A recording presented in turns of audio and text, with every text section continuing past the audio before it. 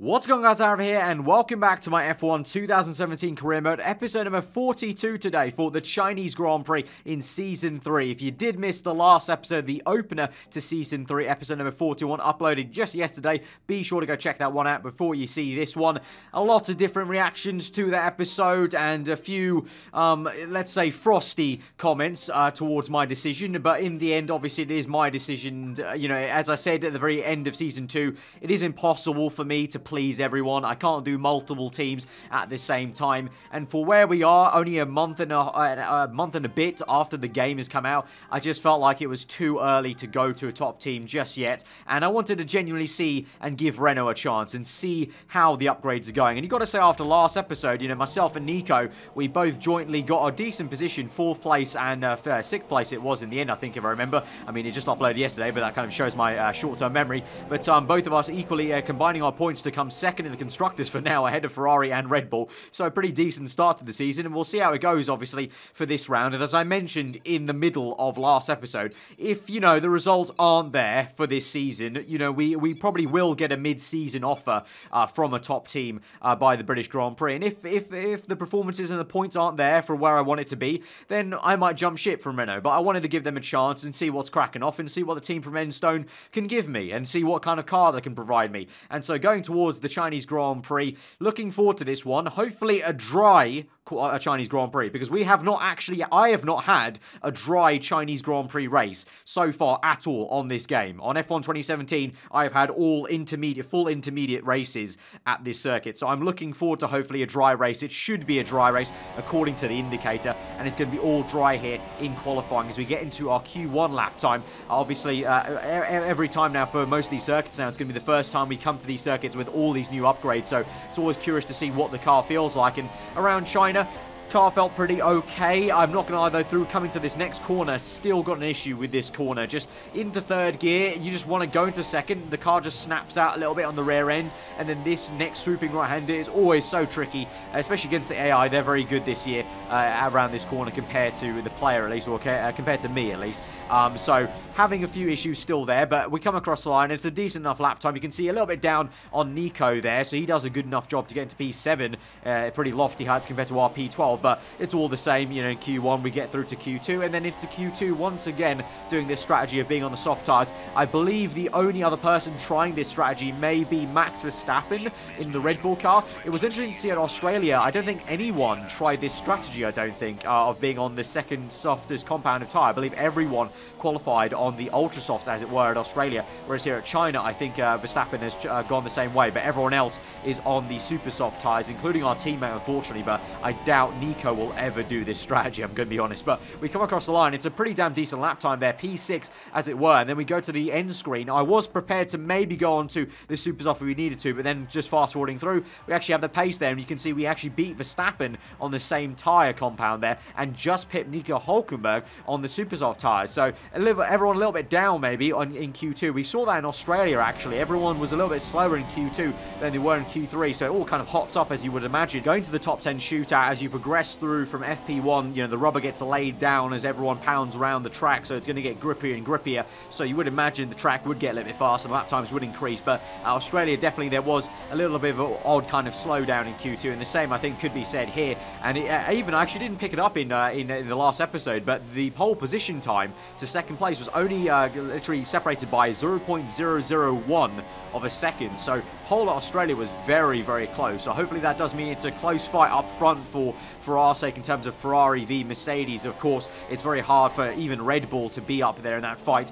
So in terms of the actual championship battle, in terms of looking at the AI, it's good to see that's still going to remain close. As I said at the end of Season 2, it's a bit of a yo-yo effect. It was Mercedes, then it was back to Ferrari's kind of ballpark in Season 2, and it looks like from what Australia gave us, with obviously Vettel having that bad luck, the kind of ball is back in Mercedes' court. But we'll see how it goes for this qualifying. At the moment, Max Verstappen is on provisional pole position. I would imagine that would change, to be honest. I think it would be very surprising if he was to stay there in first place. But we cut later down that straight, just cutting out the straight line. We go through the final corner, then chucking it in, opening DRS at the line, a little bit wide there, so I have to ride the curb. But we come across the line, and it is not fast enough to pit Max Verstappen. And then as we come through to the end result, it is best of the rest, pretty much, P7. And you can see very close stuff between myself, Verstappen, and Hülkenberg, really. And also, I guess you could say Ricciardo in the general kind of relative terms compared to the two Ferraris and Mercedes car. But there you can see, you know, in terms of comparing our car to Red Bull and how I'm performing in a Renault via Red Bull car, I'm very, very close. So really, there was pretty much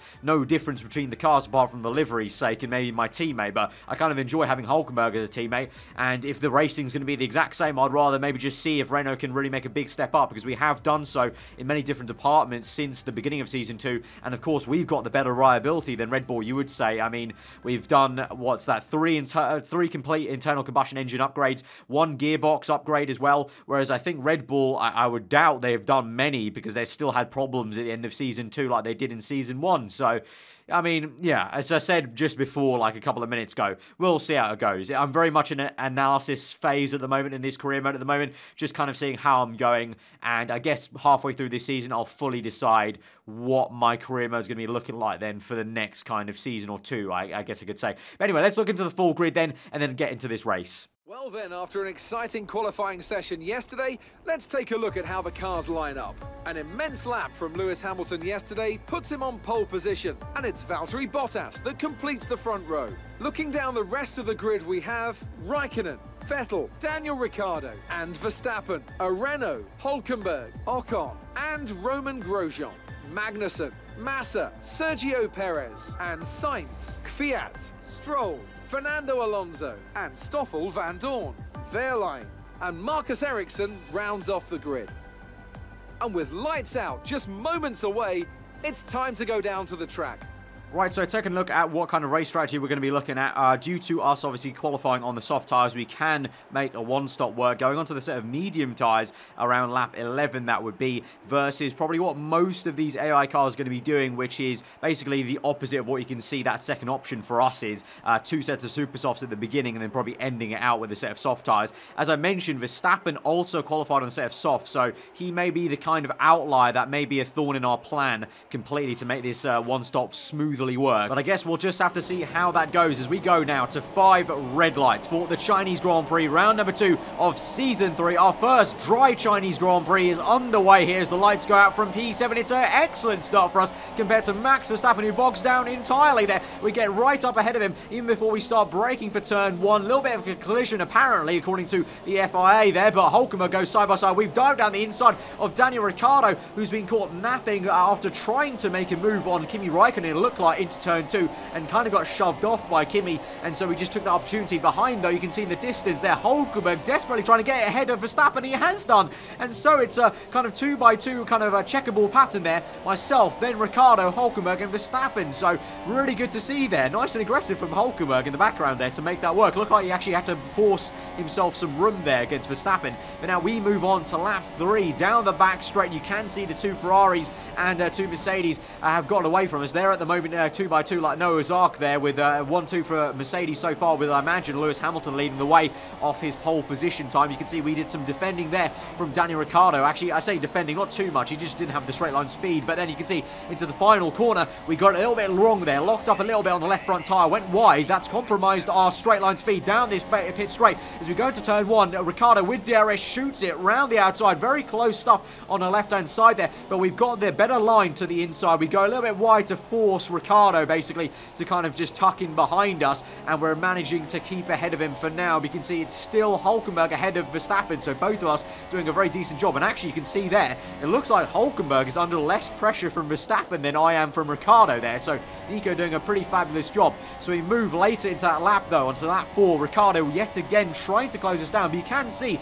in Rich Mix, with the upgrades we've done so far from, you know, what Renault did as an AI team in Season 1, and then what we did with that major upgrade in Season 2, you know, straight line speed wise versus the Red Bull, looks like they definitely haven't upgraded that much on the engine, which is kind of poor form from them. They probably are focused on aerodynamics and chassis, I would imagine, probably, which is not really working out for them at the moment at China. So we move on to lap 6. We're up into P4 then, as we've got one of the top guys making a pit stop. I believe that was Bottas, because then on the next few laps it's Hamilton that comes in. Raikkonen stays plays out, Vettel will come in and follow Hamilton there, so we'll gain 2 more positions and we'll be up into effectively P2 with Raikkonen going on for 1 more lap. But pretty much obviously we're doing the 1 stop, they're all doing the 2 stop, and as I mentioned, they're probably going super soft, then a set of soft tires. I don't know, they may split the strategy, but it's kind of been quite rare to see AI go for a kind of contra strategy of maybe super soft, and then super soft. They rarely use the softest tire at the end of the race when they could do. But behind us then, also on soft tires, is Felipe Massa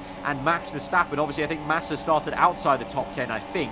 So both these guys going with me on the 1 stop. But Verstappen, we move later on. This is around lap 10, I think this is. He's up behind Massa. He's been overtaken by Massa indeed as well, because I believe Massa was behind him and Hülkenberg. So he's done well to overtake Verstappen. And Verstappen unable to actually get him in a straight line, just showing once again the poor form from the Red Bull crew. And so he comes in the pits on lap 10. He straps on a set of medium tyres, just confirming that to you guys there as we cut a little bit later and just jump cut to the actual pit stop itself. Coming down the pit lane ahead of the Toro Rosso, the Haas, and also looks like he's actually managed to jump that Williams car. So a torrid pit stop there for Williams. But you can see he comes out just ahead of Nico Hülkenberg. So Verstappen has had a decent enough pace on the soft tyres compared to Hülkenberg's super softs to jump him in the pit stops. And Hülkenberg is making a 2 stop here. So really not good for Hülkenberg in that sense. But pretty much because Verstappen came in that previous lap on lap 10, that's basically forced my hand to come in. I maybe thought about stretching the soft tyre even more, but there's just no use, because otherwise I may kind of fall into the grasps of Verstappen.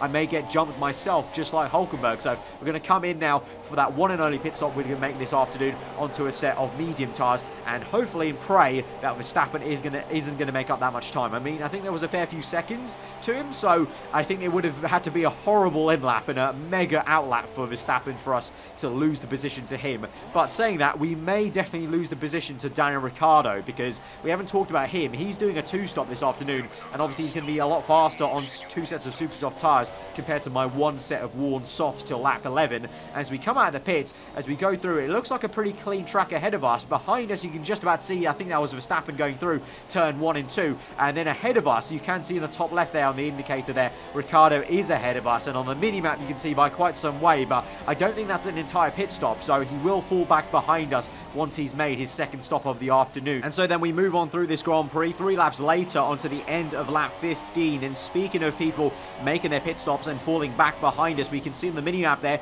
we've got at least 1 car in the pit lane. That may be Daniel Ricciardo. And as we go down on towards lap 16, we can see 2 more cars quite close, nose to tail. Sebastian Vettel and I believe Valtteri Bottas this will be, as we go through turn 1, and we are past both those cars. So they are going to the end now. They're on, well, Bottas is chosen for the medium tyres, so that's a very odd decision. I think Vettel was on softs, which was more kind of my thinking there for a 2 stop, but Bottas going very conservative for some reason and only thinks he can take a set of mediums to the end, where definitely he could take softs. But as I mentioned, they're falling behind us now, and we're pretty much equal now in terms of I'm going to the end now, they're going to the end. So now it's basically a case of me defending as best I can from Bottas, Vettel and Verstappen, which sounds maybe like an easy sentence to say. Of course, it's a lot more difficult in reality, but what might help me is here Sebastian Vettel on the back of Valtteri Bottas. He'll get DRS as we look at his rear wing. Then we go to look at the onboard shot. Bottas has DRS off me, but they're going to fight, and Vettel tries his best to pull out in the slipstream to maybe make an overtake on Bottas.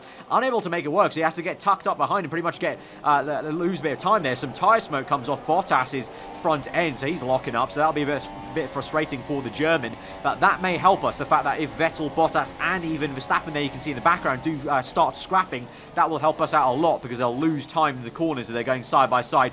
And you can see though, unfortunately Kimi has come out just ahead of us. I try my best through these corners to maybe close up. Maybe, I don't know if I can keep up to his rear end. We can maybe try something down the back straight, but it's not going to be any use really. On the exit you can see how much more downforce he has, and he's able to get away from us. So it looks like maximum we may be getting this Grand Prix with the 3rd place, because obviously Hamilton, it looks like he's in a world of his own. He's been dominating this Grand Prix, so it looks like he may have this win in the bag. But Raikkonen in 2nd place there will probably, you would say, get away from us. So I think if we can just keep ahead of Bottas, Vettel and Verstappen, then this could be a very good podium position for 3rd place there. It will have to be a very hard-earned one, because we've now got 5 laps left in this Grand Prix.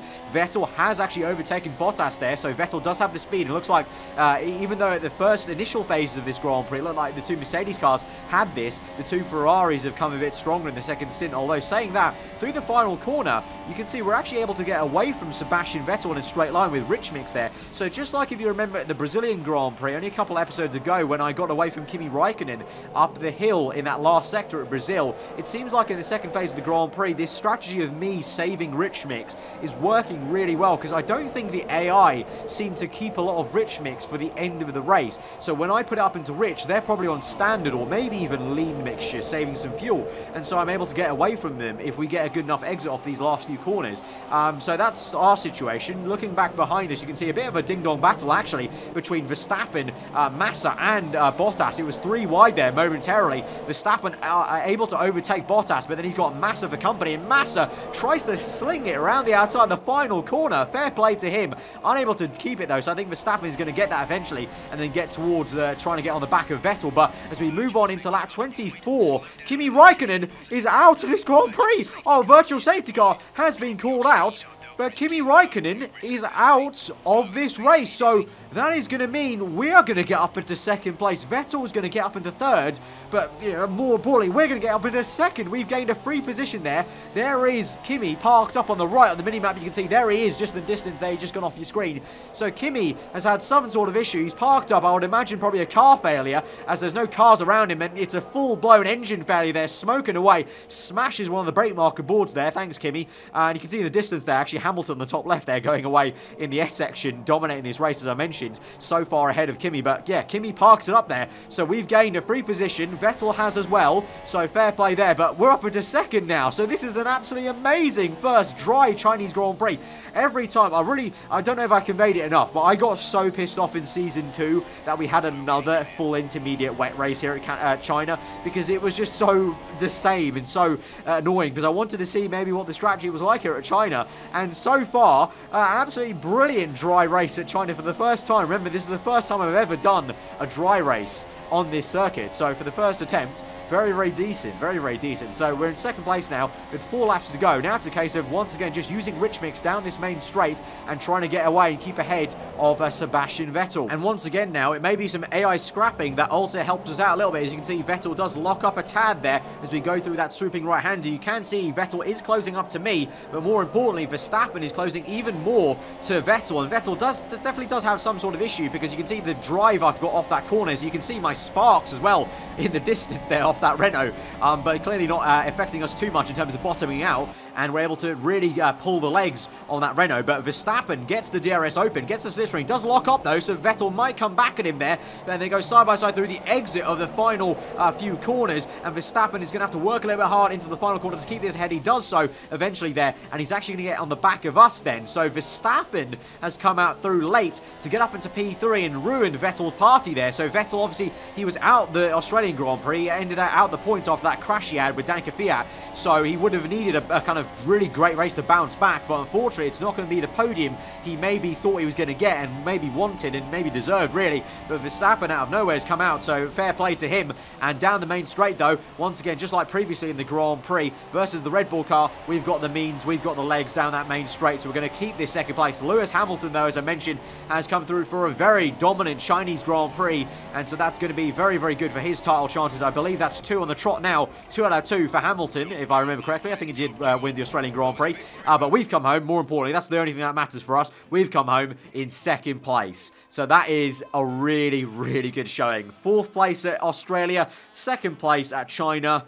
I don't know. Could I tempt the F1 gods and the F1 fate? Could we maybe get the cheeky P1 at Bahrain? Maybe that's a bit too wishful thinking, because the AI are quite OP at Bahrain. But 2nd place at China, absolutely freaking awesome. Obviously, commiserations to Kimi, and once again, Ferrari have 1 car not in the points. So I think that's also going to help us at the constructors to just about kind of keep ahead for now. I mean, obviously, it's not going to be forever, but we may as well enjoy it while we can. 2nd place for Renault there still. Ferrari remain in 3rd place. Red Bull finally get their act together. They get up into 4th to overtake Williams, as Williams also overtake Haas and Toro Rosso and Force India, the ones a little bit down the order there, with obviously the usual McLaren and Sauber in 9th and 10th place. But Mercedes looking very dominant indeed. For us to be the only team at the moment kind of giving them any sort of headache in the constructors is a pretty ominous sign for things to come. So I think the ball is well and truly swung back to Mercedes for Season 3's momentum compared to Season 2 with Ferrari. But yeah, very, very decent stuff stuff. We get the rivalry update against Esteban Ocon, thoroughly beating him there. So I think that should be a rivalry that we do manage to win in the end. And you can see the reputation level does go quite a bit up for not only Red Bull, but also Ferrari there as well, a little bit for Mercedes. So just going back to, as I mentioned, you know, there will be that chance to reevaluate our situation at the moment. We have got a really good second place, but of course we did get a little bit lucky with Kimi Raikkonen, so I'm going to have to wait and see what the pure performance is like, and if it's really just not getting up as far as I want it to in the coming few races with the upgrades that we can possibly, hopefully do soon. Obviously, we've got one coming for Bahrain. We don't have enough points to purchase an upgrade this time round, but, you know, hopefully after the Bahrain Grand Prix, we'll be able to purchase another upgrade that weekend, and we'll see how things pan out. But that's going to be it then for this episode, guys. So if you have enjoyed it, hit that like button. Let me know what you thought in the comments below. If you're new around here, then do get subscribed for weekly Formula 1 content. I've been Aarava. Hope you enjoy the rest of your days, and I'll see you guys next time.